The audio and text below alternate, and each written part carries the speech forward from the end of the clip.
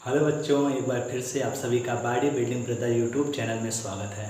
बच्चों, आज हम इस वीडियो में गुणोत्तर श्रेणी के nवें पद के लिए फार्मूला और गुणोत्तर श्रेणी के n पदों के योगफल के लिए फार्मूले का डेरिवेशन करने वाले हैं।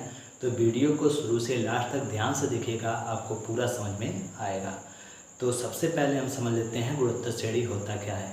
यदि किसी पद में गुणा करके उसका अगला वाला पद लिखा जाए, यदि किसी पद में किसी नंबर से गुणा करके अगला वाला पद लिखा जाए और फिर उसी नंबर से गुणा करके उसके अगले वाले पद को लिखा जाए, तो इस तरह से लिखा गया श्रेणी हमारा क्या होता है, गुणोत्तर श्रेणी। जैसे कि समांतर श्रेणी में क्या होता था, एक पद में एक ही नंबर को ऐड करके उसका अगला वाला पद लिखा जाता था।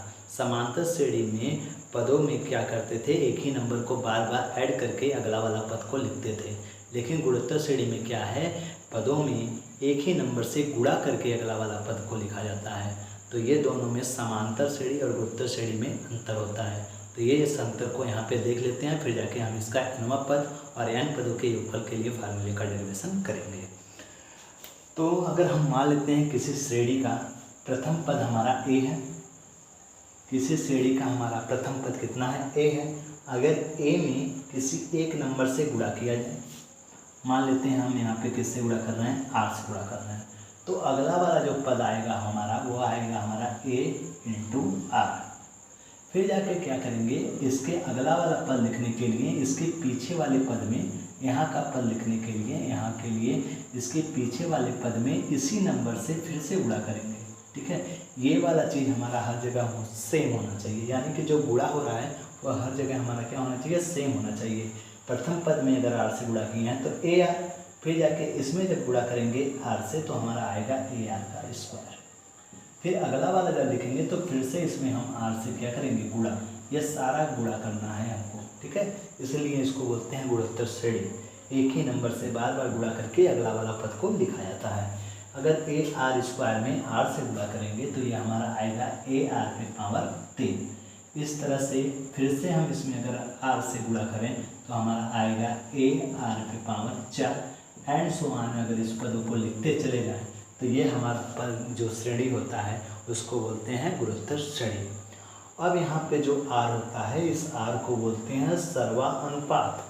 क्या बोलते हैं, सर्वानुपात, यानी जिस नंबर का गुणा होता है उसको बोलते हैं सर्वानुपात। जैसे कि हम AP में पढ़े हैं, AP का अगर प्रथम पद, यानी कोई भी श्रेणी है जिसका प्रथम पद a है, अगर इसमें एक ही चीज़ को बार बार जोड़ के लिखा जाए, यानी कि d को हम इसमें क्या कर रहे हैं, जोड़ रहे हैं, तो ये अगला वाला पद हमारा आ जाएगा a प्लस डी।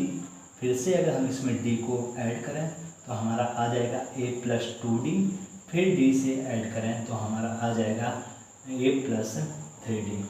इस तरह से अगर हम लिखते थे तो इसको हम बोलते थे समांतर श्रेणी, और जो d था उसको बोलते थे सर्वानुपात। उसी तरह से यहाँ पे इस गुणोत्तर श्रेणी में जो r होगा उसको बोलेंगे, इसको बोलते थे सर्वांतर, और इसको बोलते हैं सर्वानुपात। जो d है यहाँ पे इसको बोलते हैं सर्वांतर। समांतर श्रेणी में जो समान संख्या को जोड़ के अगला वाला पद लिखा जाता था, उसमें जो d आ रहा है इसको बोलते हैं सर्वांतर, और यहाँ पे जो r आ रहा है इसको बोलते हैं सर्वानुपात। ठीक है, ये सर्वानुपात होता है और ये हमारा क्या होता है, सर्वांतर होता है। तो ये दोनों, इन दोनों में अंतर होता है, समांतर श्रेणी और गुणोत्तर श्रेणी में। अब देखते हैं अगर हमको गुणोत्तर श्रेणी का nवां पद लिखना हो तो कैसे लिखेंगे। तो एक बार समांतर श्रेणी को हटा देते हैं, उसके बाद हम काम करेंगे गुणोत्तर श्रेणी पे। तो यहाँ से इसको हटा देते हैं और ये समांतर श्रेणी। अब इसके अगर हमको nवां पद लिखना है तो जो पहला पद है या प्रथम पद है उसको क्या बोले हैं, a। तो ये हमारा पहला पद है, फर्स्ट। ये हमारा दूसरा पद है तो सेकेंड। ये हमारा तीसरा पद है तो थर्ड। ये हमारा चौथा है तो फोर्थ। ये हमारा पांचवा है तो फिफ्थ। ऐसे करके सारे पद आ रहे हैं। तो इसमें अगर ध्यान से देखें तो a में जो r है वह एब्सेंट है। इसका मतलब यहाँ पे r पे पावर कितना होगा, 0। जैसे ही r पे पावर 0 रखेंगे तो इसकी वैल्यू हमारा हो जाएगा 1, और यहाँ पे 1 से a में गुणा करेंगे तो हमारा आ जाएगा a। दूसरे वाले टर्म में देखेंगे तो यहाँ पे हमारा कितना है, a।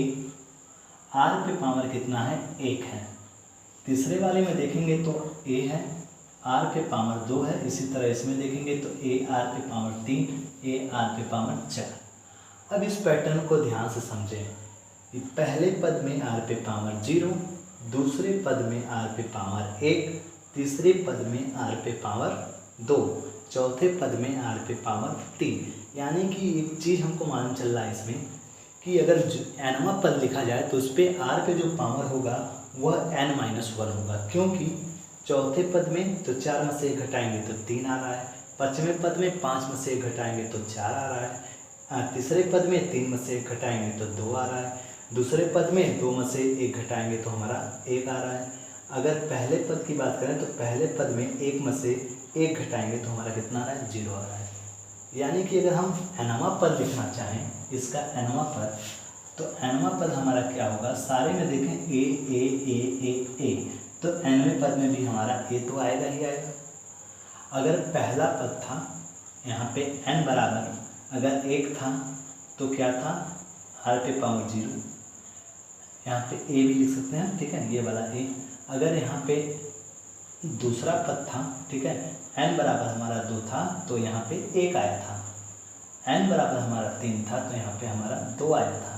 यानी कि इससे एक कम पदों की संख्या से एक कम आर पे पावर आ रहा है। ध्यान दीजिएगा, पदों की संख्या से एक कम आर पे पावर आएगा।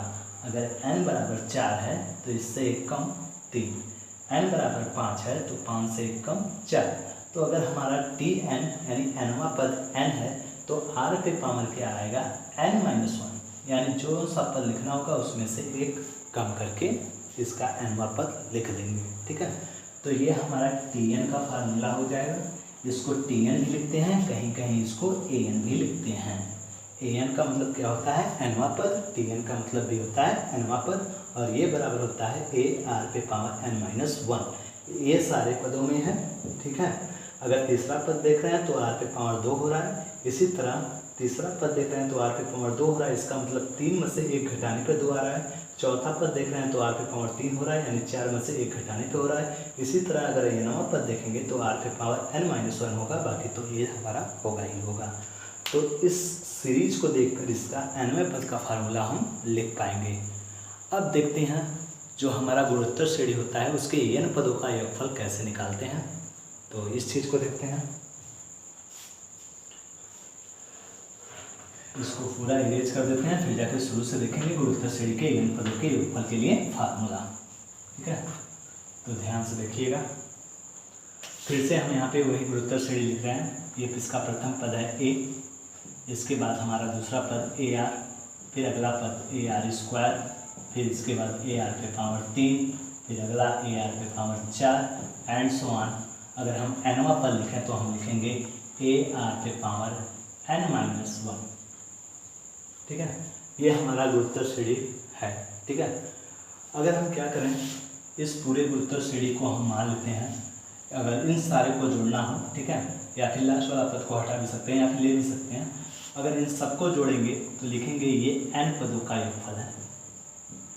SN का मतलब क्या होगा, n पदों को जोड़ रहे हैं। तो इसका पहला पद कितना है a, दूसरा पद कितना है ar, S का मतलब होता है सम, n का मतलब n पदों तक इसको जोड़ रहे हैं। तो पहला पद हमारा a, दूसरा पद ar, और जोड़ने के लिए प्लस वाला साइन लगाते रहेंगे ar², अगला वाला ar पे पावर 3, फिर अगला वाला ar पे पावर 4, यहाँ पे ar पे पावर 4 हो जाएगा, plus and so on. Last वाला अगर हम लिखना चाहें तो लिखेंगे a r पे पावर n-1। ये हमारा n पदों का योगफल हो गया। देखें, अब n पद लिखना है ना, तो लास्ट वाला पद हमारा n-1 ही होगा, ठीक है, क्योंकि n पदों में जो लास्ट वाला पद होता है वो a r पे पावर n-1 होता है, ठीक है। अब क्या कर रहे हैं, इस SN में हम क्या कर रहे हैं, r से गुणा कर रहे हैं, ठीक है, या फिर इसको हम मान ले रहे हैं इक्वेशन नंबर 1। अगर मानना चाहें तो मान सकते हैं इक्वेशन नंबर 1 इस पूरे को। अब क्या किया जा रहा है, SN में हम r से गुणा कर रहे हैं, तो लिखेंगे r/SN। r से सारे टर्म में गुणा करें तो हमारा यहाँ पे आ जाएगा a प्लस, एक मिनट, r से गुणा कर रहे हैं तो r का गुणा करते हुए लिखते हैं ar। अगर इधर r से गुणा किया गया तो सारे टर्म में भी r से गुणा होगा, क्योंकि अगर लेफ्ट हैंड साइड में इधर गुणा किया गया है तो राइट हैंड साइड में हम r से गुणा करेंगे। ताकि जो हमारा इक्वेशन है वह बैलेंस रहे। यहाँ से आर पे गुणा किया गया है तो ए में भी आर से गुणा करेंगे और ये हमारा हो जाएगा ए आर स्क्वायर, इसमें भी करेंगे, सारे टर्म में गुणा करते हुए लिख देंगे। ए आर पे पावर हमारा आ जाएगा 3, ऐसे ही एक पावर बढ़ाते चले जाएंगे, ए आर पे पावर आ जाएगा 4, फिर जाके अगला आ जाएगा ए आर पे पावर 5 एंड सो ऑन, सारे पदों को लिखेंगे। फिर लास्ट वाला पद हमारा कितना आएगा, तो इसमें अगर हम आर से गुणा करें, ध्यान से देखिएगा, अगर इसमें हम आर से गुणा करते हैं तो यहाँ पे पावर -1 है, यहाँ पे देख लेते हैं एक बार इधर, ए आर पे पावर n-1 है लास्ट वाला टर्म। अगर हम इसमें आर से गुणा करते हैं, इसका मतलब आर पे पावर 1 से गुणा कर रहे हैं और ये पावर आपस में ऐड हो जाएगा क्योंकि इसका नीचे वाला सेम है, तो ये हो जाएगा ए आर पे पावर, इसको और इसको जोड़ेंगे तो हमारा आएगा n, क्योंकि +1 -1 कैंसिल होके ए आर पे पावर n आएगा। तो इसका अगर हम लास्ट वाला पद लिखें आर से गुणा करके तो हमारा क्या होगा, ए आर पे पावर n। यहाँ से हम समझ चुके हैं इसको कैसे लिखा गया है, ए आर पे पावर n। अब क्या करना है, पहले वाले में से अगर हम इसको इक्वेशन नंबर 2 मान लें तो पहले वाले में से हमको क्या करना है, दूसरे वाले को घटा देना है।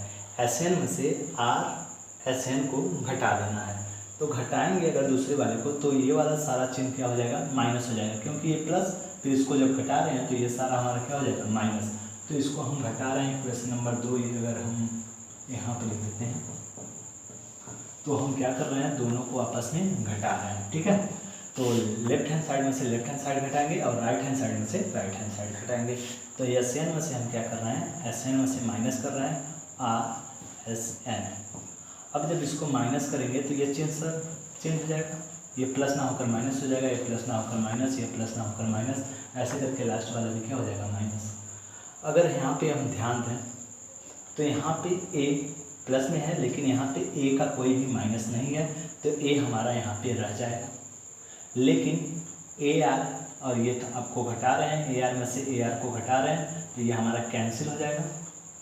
इसी तरह से स्क्वायर वाला स्क्वायर से कैंसिल हो जाएगा, ये प्लस, अब ये प्लस ना होकर माइनस हो चुका है तो ये इससे कैंसिल हो जाएगा। इसी तरह से इसका ये कैंसिल हो जाएगा, इसी तरह से ये वाला जो है इसके अगले वाले टर्म से कैंसिल हो जाएगा और ये वाला जो है इसके पिछले वाले टर्म से कैंसिल हो जाएगा, क्योंकि यहाँ पे जो एक टर्म आएगा वो हमारा आएगा ए आर पे पावर आएगा हमारा n, ए आर पे पावर n+1, इसका ये टर्म नहीं, इसके पीछे वाला टर्म कैंसिल होगा, ठीक है। यहाँ पे ये माइनस है तो इसके पीछे वाला अगर टर्म लिखेंगे तो ये हमारा आएगा ए आर पे पावर n-1, फिर आगे जब गुणा करेंगे तो ये हमारा आएगा, ठीक है। तो ये वाला टर्म जो है इसके पीछे वाला अगर टर्म लिखेंगे तो ये वाला हमारा आएगा ए आर पे पावर n-1, फिर एक जोड़ेंगे तो ये आएगा, क्योंकि पीछे वाला टर्म एक कम है, यहाँ पे 5 पावर है तो यहाँ पे 4 है, यहाँ पे 3 है, यानी पीछे वाला एक कम है। अगर इस पे पावर n है तो इसके पीछे वाला क्या रहा होगा, ए आर पे पावर n-1, तो यहाँ पे ए आर पे पावर n-1 इसके पीछे वाले टर्म से क्या हो जाएगा, कैंसिल हो जाएगा, ठीक है। तो अब इसको सॉल्व करके अगर हम देखा जाए तो इसका पहला वाला बच रहा है और इसका लास्ट वाला बच रहा है, क्योंकि इसको कैंसिल करने के लिए, यानी ये वाला जो माइनस में रहेगा इसको कैंसिल करने के लिए यहाँ पे कुछ नहीं है, ठीक है। तो यहाँ पे पहला वाला टर्म बच रहा है और इसका लास्ट वाला टर्म बच रहा है, बाकी सारे क्या हो जाएंगे, कैंसिल। तो यहाँ बचेगा ए